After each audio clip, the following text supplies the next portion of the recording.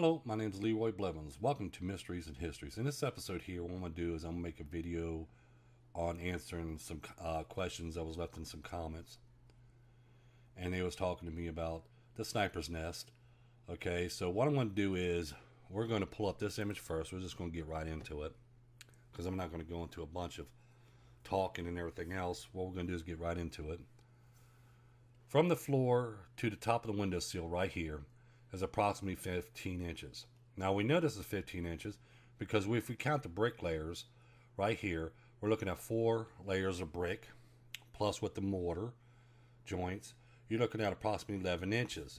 And then we got the top bricks, which is laid on its side, which adds another 4 inches to it. So we're looking at a total of 11 inches plus 4 inches. We got a total of 15 inches from the floor to the top of the windowsill right here. Okay. Now, I have a copy of the Dallas police film footage they took there when they did recreation and when they was looking for the bullet casings and looking for the rifle and everything else. Here is an image from one of the frames. I colorized this as well. We can see this is how Oswald was sitting when he took his shots to JFK. Now, a lot of people, like I said, they're going to look at it and says, well, Oswald was a patsy and everything else, but there was actually 2 shots that he did take that day. Okay. Now, as you see here, this man is approximately the same height as Oswald, around 5'8", 5'8" or 5'9", is the same height as Oswald. Now, the reason why they use him as the subject is so they can pinpoint, with Oswald's height, what all he can do and everything else. So basically, right here, it shows you exactly how Oswald was sitting when he was getting ready to take his shots. They also got it filmed at a different view, as you see here, where he's sitting on a box and before he took his shots, basically Oswald. Now, we're going to look at this image here. Now, everybody knows when I point out in the doornail, the Dillard image, Oswald can be seen looking out the window. This is the location where Oswald will be looking out as. Here's a man that's around 6 foot tall. Okay, and this is with his hat on. With him by the window, he's just a little bit taller than Oswald, but we can see Oswald's face right here in this location here. So it's really not that far from standing on the floor, which you could take his fingertips and touch the top of the window right here. Okay, because it's really not that big. Now here's an image I pulled off of Google Earth some time ago. We see a woman standing right here. She's like about 5'3", 5'4". Okay, because you got another gentleman right here, which he's this tall right here. I mean, he's way above right in this section right here. But we look at her, and we can see that she's only got so much flooring in between here, possibly almost closer to the windowsill than what Oswald would have been at the time. But still, if you have 5 inches to her, she will probably be standing right in this location right here as well. Now, we're going to look at the view Oswald had from his shots. As you see from this view here now, when you're taking these shots, okay, you can see they're coming in from the right and going out to the left. Okay, just like his first shot, when he struck JFK in the back, the bullet exited his throat, struck the chrome of the windshield in between the sun visors. Then in this location right here is where JFK's fatal headshot happened, when the head exploded. When he took his shot from here, and by the angle, when we're looking at it by the angle, okay, that bullet is going to hit back of JFK's head, but go through the exposed top section of JFK's head being exposed open.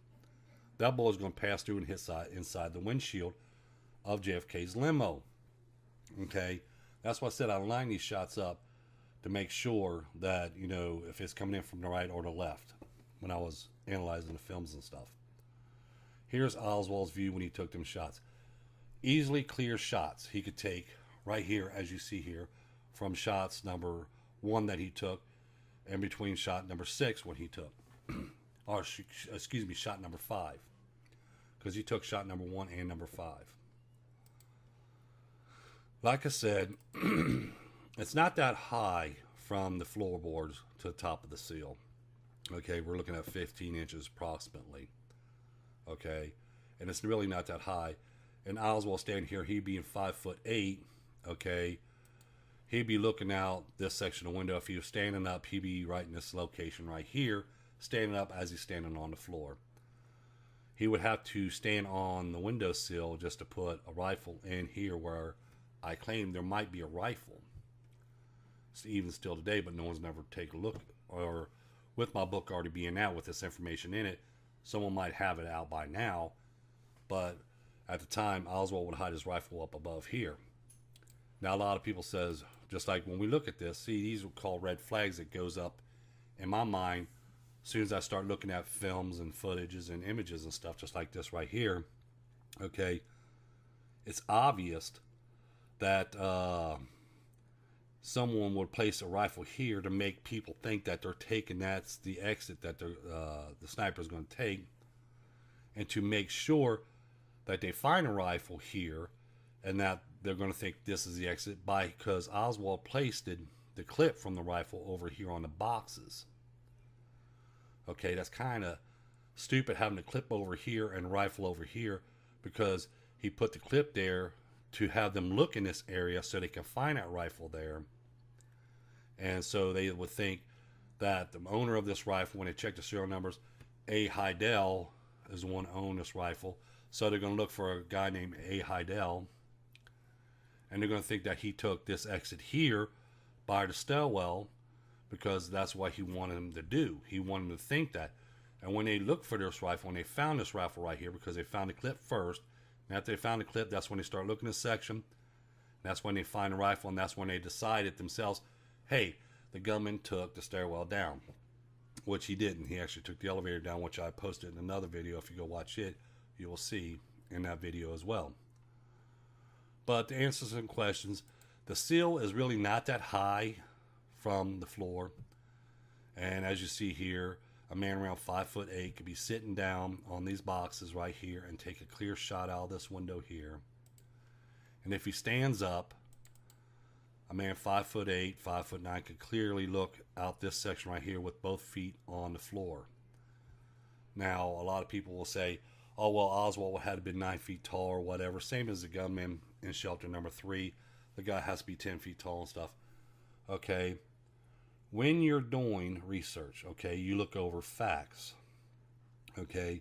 And you point out these facts, and you can see how obvious and how easy it is to someone standing on the floor level, and not on the sill, but on the floor level, and look out this window, because it's basically, the windows is not even that far from the floor itself. So if we take out a ruler, okay, and we measure 15 inches, okay, I'll put this at the top of my desk, and we're looking at 15 inches is right here. Okay, we're looking at 15 inches is right here, and that's hitting against my desk. So we're looking at 15 inches here. So it's really not that long. 15 inches goes right to here. From this point to this point here, 15 inches is not that long, really. But that's how far from the floor to the windowsill it was. It's just 15 inches. And with a guy 5'8" can clearly look out this window right here. He don't have to be 10 feet tall or anything else. He can look out that window very clearly. And just like taking the shots, he couldn't stand up taking shots. He was standing straight up taking shots. He would have to take the top window and move it down and stick the rifle out there.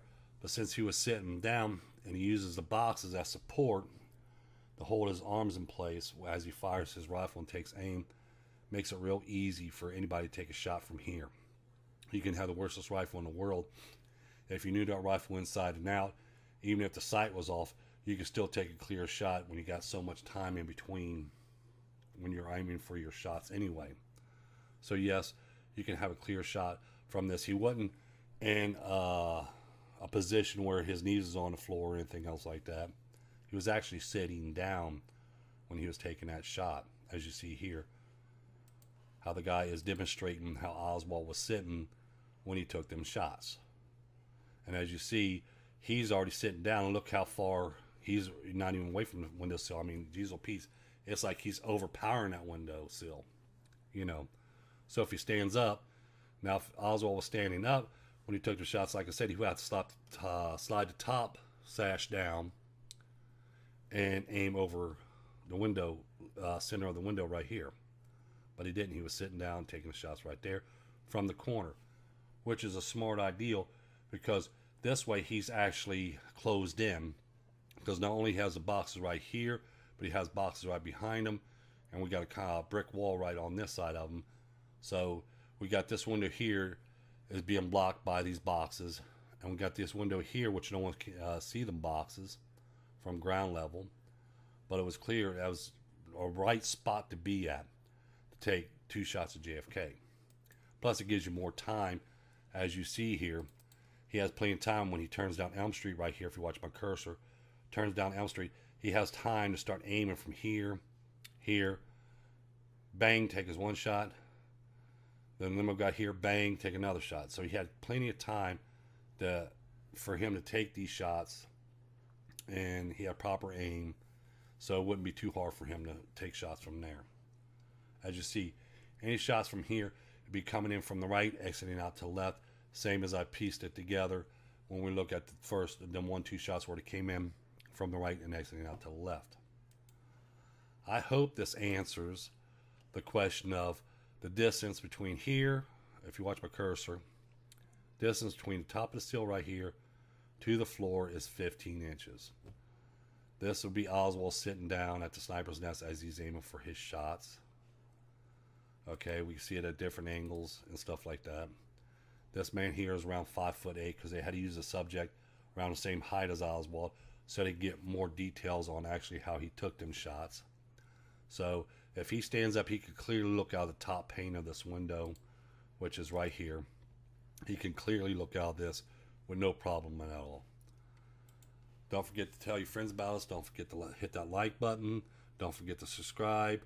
We'll make more videos here soon. I'm going to make another video here real quick to answer some more questions. Like I said, my books are on Kindle now, and they're also on Amazon. I'll leave the site in the description down below. Thank you. God bless, and have a good day.